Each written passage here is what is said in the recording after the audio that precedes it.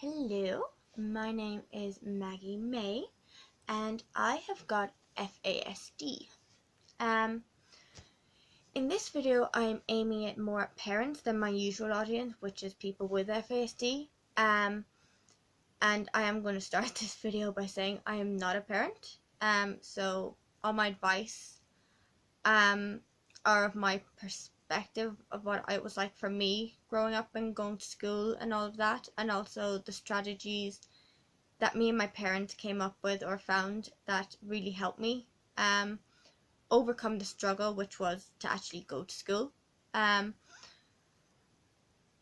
Reasons why I found school difficult was because I'd find it overwhelming.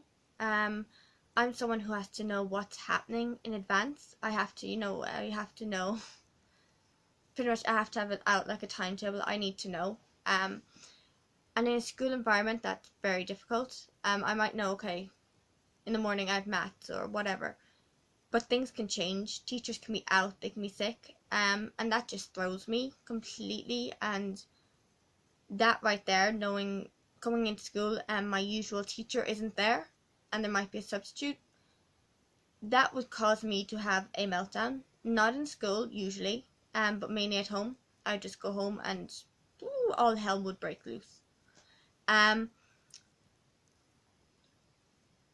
So yeah, it was just really overwhelming for me.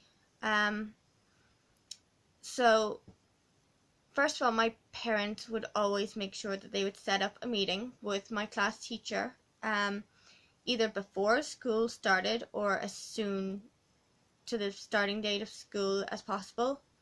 And they would go in and talk to my teacher about my special needs, the fact that I have dyslexia, ADHD, anxiety disorder, loads of other things as well that I just can't remember at the moment.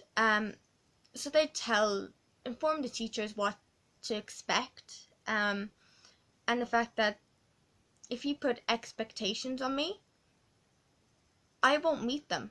If you have no expectations, I will blow it out of the water. But as soon as I feel like I'm expected to be something or to act a certain way, that will cause me to melt down. So it's better just to, go with the flow, and that's the best way to get the best out of me anyway. So they go in and talk about my special needs and a few strategies and stuff. One of them that I found really helped from a young age up to pretty much high school, to be honest, was because of my ADHD, I can't sit for long periods of time. I might be able to do 15 to 20 minutes and then my focus will be gone. I'll start to become disruptive. Not deliberate, it's just I would have all this energy pent up inside me and I had to get it out. And my parents let the teachers know before that, okay, yes, this is a very common thing that will happen. So my teacher would let me, I had an SNA, so me and my SNA would go out and we'd just walk around the playground maybe 2 or 3 times. And that made all the difference because I was out of my seat, I was moving, I wasn't just sitting focusing on this sum that was just not happening for me. So I was able to get my energy out, I was able to give my brain a break. It might only be for 3 minutes or 4 minutes, but that was what I needed. And then I could go back into the classroom and I'd be completely refocused. I'd have some of that energy out of my system and I'd be able to continue for another period of time. And it's a really simple strategy, but it really does work, or it did for me. So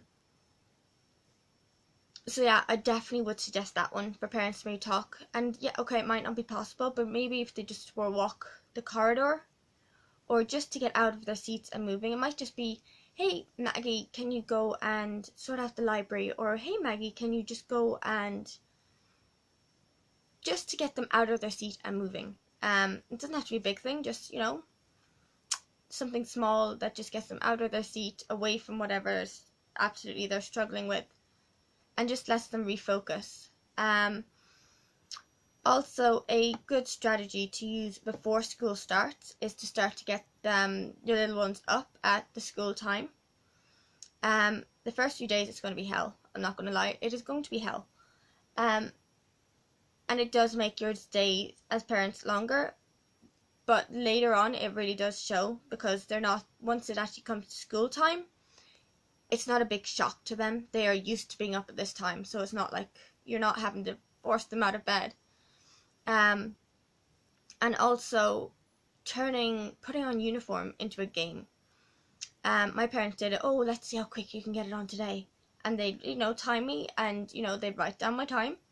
And each day I'd want to try and improve that time. I am a very competitive person by nature. So I loved it, because I was always competing against myself to, like, get a better time. And it definitely helped. So they kind of do that before school starts, so I was used to getting on a uniform and taking it off and this and that. And that definitely helped, and just turning it into a game. Making it fun, not turning it into a fight, just making it really fun as possible. Definitely helped. That's definitely another strategy I would definitely recommend. Also, for me, I struggled eating in school. Not because I have an eating disorder or anything, but because of my brain. I don't sense when I'm hungry. And also, I don't seem to enjoy eating food. These days I know I have to eat because I need it, but I don't eat because I enjoy it. I eat because I know I have to. Which meant, lunches were a huge thing. There'd be days I would come home and not have touched a single bit of my lunch, because I just didn't feel hungry, or I'd have a bite and automatically my stomach would say, oh, I'm full. My brain would tell my stomach, oh, it's full, I don't need to eat anymore. And we tried loads of strategies for it over years. I mean, we do different things, including your little one in the lunch. So getting them to sit down and be like, okay, what would you like for lunch this week? What would you like on your sandwich? And let them choose the topping. It might not be the healthiest topping, but at least if they get that topping, they're going to eat their lunch. And also for me, it was the fact that I felt included in the making of it. Gave me more, oh, I've helped make this, I want to eat it now because I helped make it. So that definitely, include them. Not just assume, okay, they want this or that. Include them, ask them. Say, hey, what do you want? Do you want carrots? Do you want apples? What would you like? And make sure you change it up. Because for me, anyway, I would get sick with food after a certain amount of time. So make sure maybe one week you give them some fruit, and then the other week it might be a different fruit that they like, or different toppings, or this or that. And also on Friday was treat day for me. I loved it. So I might get a small chocolate bar or a mini packet of Smarties or something. And for me, that taught me, it was brilliant because it was like, oh, treat day, yay! But it also taught me time and days, that fact, okay, it's treat day, that means the next day there's no school. And that definitely would cause me to be a lot more relaxed, knowing, okay, there's no school today.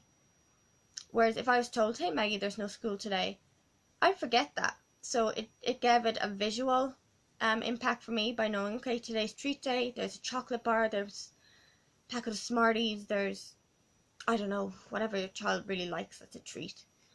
I knew, okay, yay, tomorrow there's no school, yippee.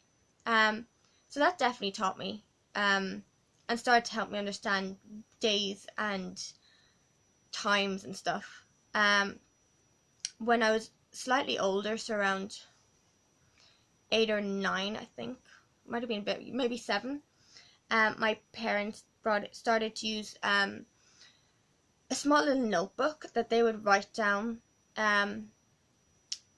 fair, good, excellent, and then down the side here, so going across there would be fair, good, excellent, and going down there would be morning, lunchtime, and afternoon, and there would be boxes for under each one. And so in the mornings my parents would tick the morning boxes to say if my behaviour had been fair, good, or excellent. And then they'd bring the notebook in and it would be handed to my teacher, who would then, during the course of the day, would tick whichever box represented what mood or what my behavior had been that day. And that helped my parents see patterns. So, it might be a certain day that my behavior would just be awful or really good, or it might be certain times. So usually for me, it was actually the afternoons my behavior would slightly deteriorate. And that's when my parents knew, okay, so maybe after lunchtime Maggie needs a bit more breaks, or Maggie needs to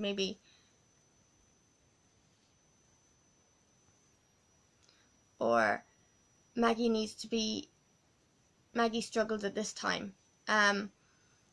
So it helped them see patterns. It would also prepare them. If it had been a really bad day, they would know, okay, Maggie, there's going to be a major tantrum coming up. And also, because I am competitive, it gave me something to strive for. So my parents set me challenges saying, okay, this week, Maggie, we want you to only try and get good and excellent ticks. We don't want any fair ticks. We just want good and excellent. And it gave me something to work for. And it did help. So sometimes, the prize might be I get to choose what's for dinner the following week. I might get to choose an activity. I might get to have 20 minutes extra time watching TV. It just meant that I was being taught that, okay, good behavior means good things. It means I will get praise, I will get prize, or that kind of, it teaches that there is a benefit to trying to be good.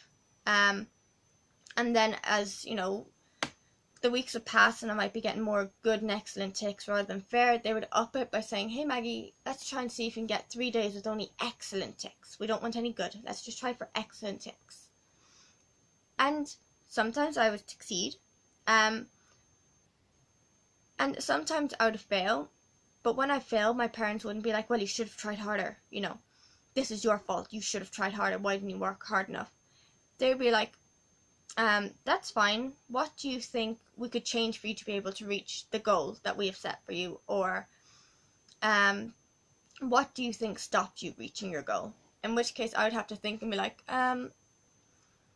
might have been a certain day, a certain time or something. I'd be like, okay, it was in the afternoon. I'd had a bad day already and I just couldn't control myself. That's what I should have said. At that time, I wasn't able to express myself now, the way I am now. But yeah, so just make sure that you're not bringing them down by saying, hey, well, what can we do to help you reach this goal? Is there anything we can do? And they might say, no, I have to do something.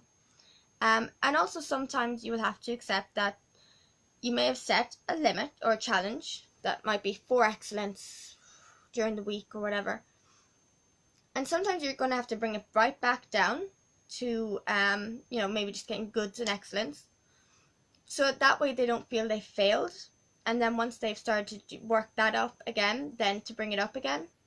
Instead of saying, well, I want you to still try and get this goal. So the important thing is to make sure that they don't think they failed. Because that's just, it doesn't help at all. But yeah, can't really think of anything else really at the moment anyway. So I'll probably post this video, and I know I haven't answered everyone's questions and perspectives that people wanted me to. I will try.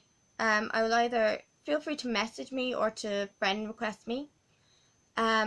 Just because I can't put everything into one video or it'll be a super long video. I am going to do a video for teens upwards, about high school or secondary school, and what I found helped me going through and strategies that I used. But also feel free to comment any more questions, and I will either, if there's a few people commenting the same questions, I will do a video on the whatever topic or the questions it was. Otherwise, you can PM me the questions, and I will answer them the best I can. Also, I do have a YouTube channel that I will post this video on as well, and I have a few other videos up there. But yeah, also feedback. I do like feedback, just so I know if I'm going down the right route or if I need to change things, so it helps me improve videos. And yeah, I hope this helps. It is very, I'm not going into too much detail because my school system might be different from your school system and stuff, so I don't want to be going into that. But yeah, I really do hope this helped. And yeah, let me know if you want me to go in more detail on certain topics or whatever, and I will try. But yeah, I hope you enjoyed this video. And yeah, let me know what you think, and feedback always welcome.